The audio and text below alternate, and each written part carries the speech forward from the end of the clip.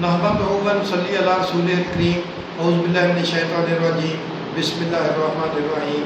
दोस्तों, 14वें पारे के रुबा दोम का तर्जुमा हाज़िर खिदमत है। उन कामों की जो वो करते रहे, बस जो हुक्म तुमको अल्लाह की तरफ से मिला है वो लोगों को बेधड़क सुना दो और मुशरिकों का ज़रा ख्याल ना करो। हम तुम्हें इन लोगों के शर से बचाने के लिए काफ़ी हैं जो तुमसे हंसी करते हैं, जो अल्लाह के साथ कोई और मबूद मुकर्रर करते हैं।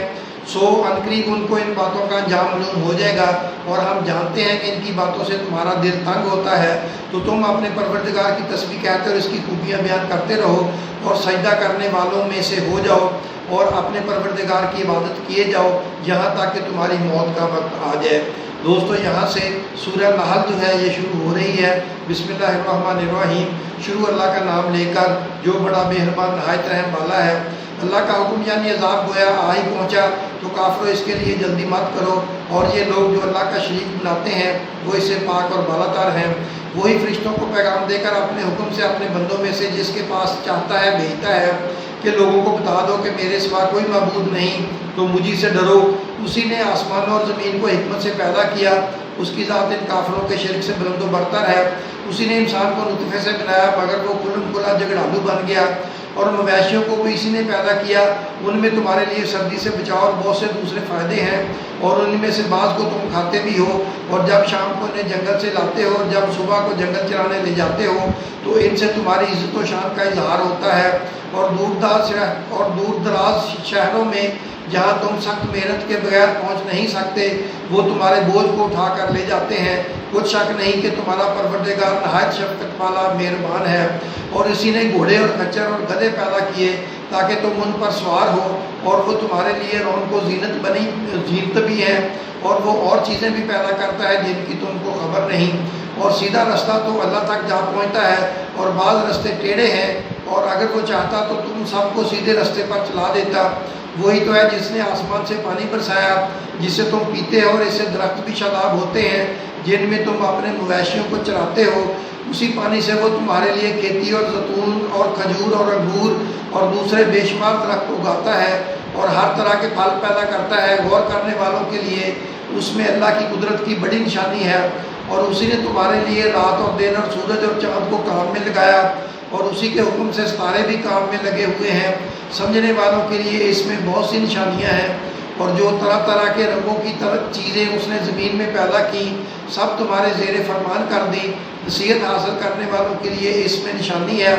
और वही तो है जिसने दरिया को तुम्हारे इख्तियार में किया ताकि उसमें से ताज़ा गोश्त निकाल कर खाओ, और इससे ज़ेवर मोती वगैरह निकालो जिसे तुम पहनते हो। और तुम देखते हो कि कश्तियाँ समुंदर में पानी को फाड़ती चली जाती हैं, और इसलिए भी कि समुंदर को तुम्हारे इख्तियार में किया कि तुम अल्लाह का फजल यानी मुआश हासिल करो और ताकि उसका शुक्र करो। और इसी ने ज़मीन में पहाड़ बनाकर रख दिए कि तुमको लेकर कहीं डोलने ना लगे, और नदियाँ और रास्ते बना दिए ताकि एक मुकाम से दूसरे मुकाम तक आसानी से जा सको। और रस्तों में निशानात बना दिए, और लोग सितारों से भी रास्ते मालूम करते हैं। तो जो इतनी मखलूक़ात पैदा करे, क्या वो इस मखलूक जैसा हो सकता है जो कुछ भी पैदा ना कर सके? तो फिर तुम गौर क्यों नहीं करते? और अगर तुम अल्लाह की नेमतों को शुमार करना चाहो तो गिन ना सको। बेशक अल्लाह बख्शने वाला मेहरबान है।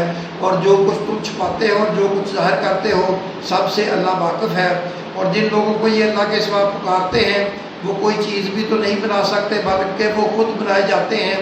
वो तो मुर्दा है, बेजान है, उनको तो ये भी मालूम नहीं कि उठाए कब जाएंगे। लोगों, तुम्हारा मबूद तो एक ही मबूद है।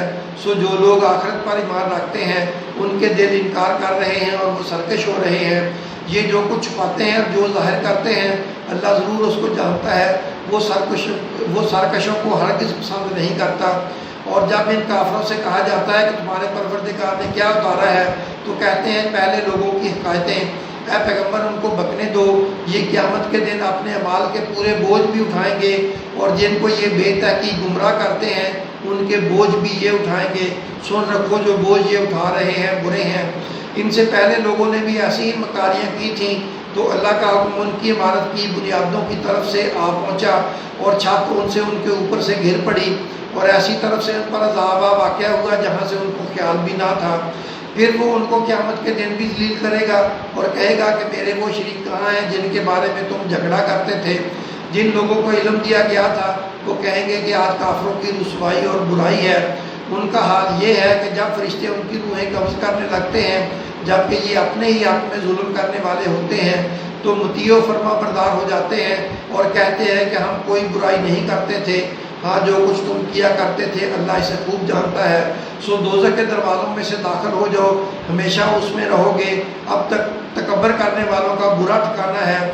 اور جب پرہیزگاروں سے پوچھا جاتا ہے کہ تمہارے پروردگار نے کیا نازل کیا ہے تو کہتے ہیں کہ بہترین کلام جو نیکوکار ہے ان کے لیے اس میں دنیا میں بھلائی ہے اور آخرت کا گھر تو بہت ہی اچھا ہے اور پرہیزگاروں کا گھر بہت خوب ہے۔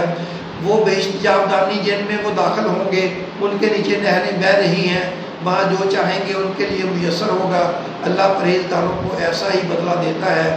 ان کی کیفیت یہ ہے کہ جب فرشتے ان کی جانیں نکالنے لگتے ہیں اور جب کفر و شرک سے پاک ہوتے ہیں تو السلام علیکم کہتے ہیں اور کہتے ہیں کہ جو عمل تم کیا کرتے تھے ان کے بدلے میں بہشت میں داخل ہو جاؤ۔ کیا یہ کافر اس بات کے منتظر ہیں کہ فرشتے ان کے پاس جان نکالنے آئیں یا تمہارے پروردگار کا حکم عذاب آپ پہنچے؟ اس طرح ان لوگوں نے کیا تھا جو ان سے پہلے تھے اور اللہ نے ان پر ظلم نہیں کیا بلکہ وہ خود اپنے آپ پر ظلم کرتے تھے، تو ان کو ان کے اعمال کے برے بدلے ملے اور جس چیز کے ساتھ وہ ٹھٹھے کیا کرتے تھے اس نے ان کو ہر طرف سے گھیر لیا۔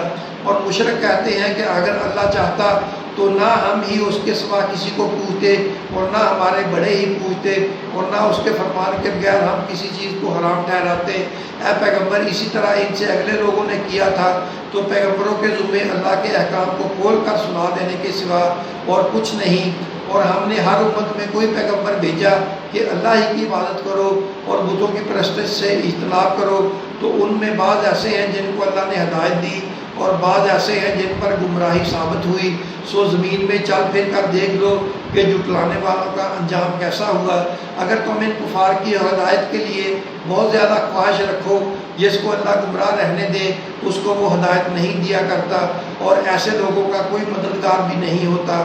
اور یہ اللہ کی سخت قسمیں کھاتے ہیں کہ جو مر جاتا ہے اللہ اسے زندہ کر کے نہیں اٹھائے گا۔ کیوں نہیں؟ یہ اللہ کا وعدہ سچا ہے اور اس کا پورا کرنا اسے ضرور ہے، لیکن اکثر لوگ نہیں جانتے، تاکہ جن باتوں میں یہ اختلاف کرتے ہیں وہ ان پر ظاہر کر دے، اور اس لیے کہ کافر جان لیں کہ وہ جھوٹے ہیں۔ جب ہم کسی چیز کا ارادہ کرتے ہیں تو ہماری بات یہی ہوتی ہے کہ اس کو کہہ دیتے ہیں کہ ہو جا، تو وہ ہو جاتی ہے۔ اور جن لوگوں نے ظلم سہنے کے بعد اللہ کے لیے وطن چھوڑا ہم ان کو دنیا میں اچھا ٹھکانہ دیں گے اور آخرت کا اجر تو بہت بڑا ہے، کاش کو اسے جانتے۔ یعنی وہ لوگ جو صبر کرتے ہیں اور اپنے پروردگار پر بھروسہ رکھتے ہیں، اور ہم نے تم سے پہلے مردوں ہی کو پیغمبر بنا کر بھیجا تھا جن کی طرف ہم وحی بھیجا کرتے تھے، اور اگر تم لوگ نہیں جانتے تو اہل کتاب سے پوچھ لو، اور ان پیغمبروں کو دلیلیں اور کتابیں دے کر بھیجا تھا، اور ہم نے تم پر بھی یہ کتاب نازل کی ہے تاکہ جو ارشادات لوگوں پر نازل ہوئے ہیں وہ ان پر ظاہر کر دو اور تاکہ وہ غور کرے۔ دوستو اب 14ویں پارے کے ربع دوم کا خلاصہ سن لیں۔ تم اپنے رب کی تسبیح اور اس کی خوبیاں بیان کرتے رہو اور سجدہ کرنے والوں میں ہو جاؤ اور اپنے رب کی عبادت کیے جاؤ یہاں تک کہ موت آ جائے۔ جب اللہ کسی چیز کا ارادہ کرتے ہیں تو کہتے ہیں ہو جا، تو وہ ہو جاتی ہے۔ دوستو اپنا اور اپنے چینل کا خیال رکھیں۔ اللہ تمہاری بھی اور ہم سب کی حفاظت کرے۔ آمین۔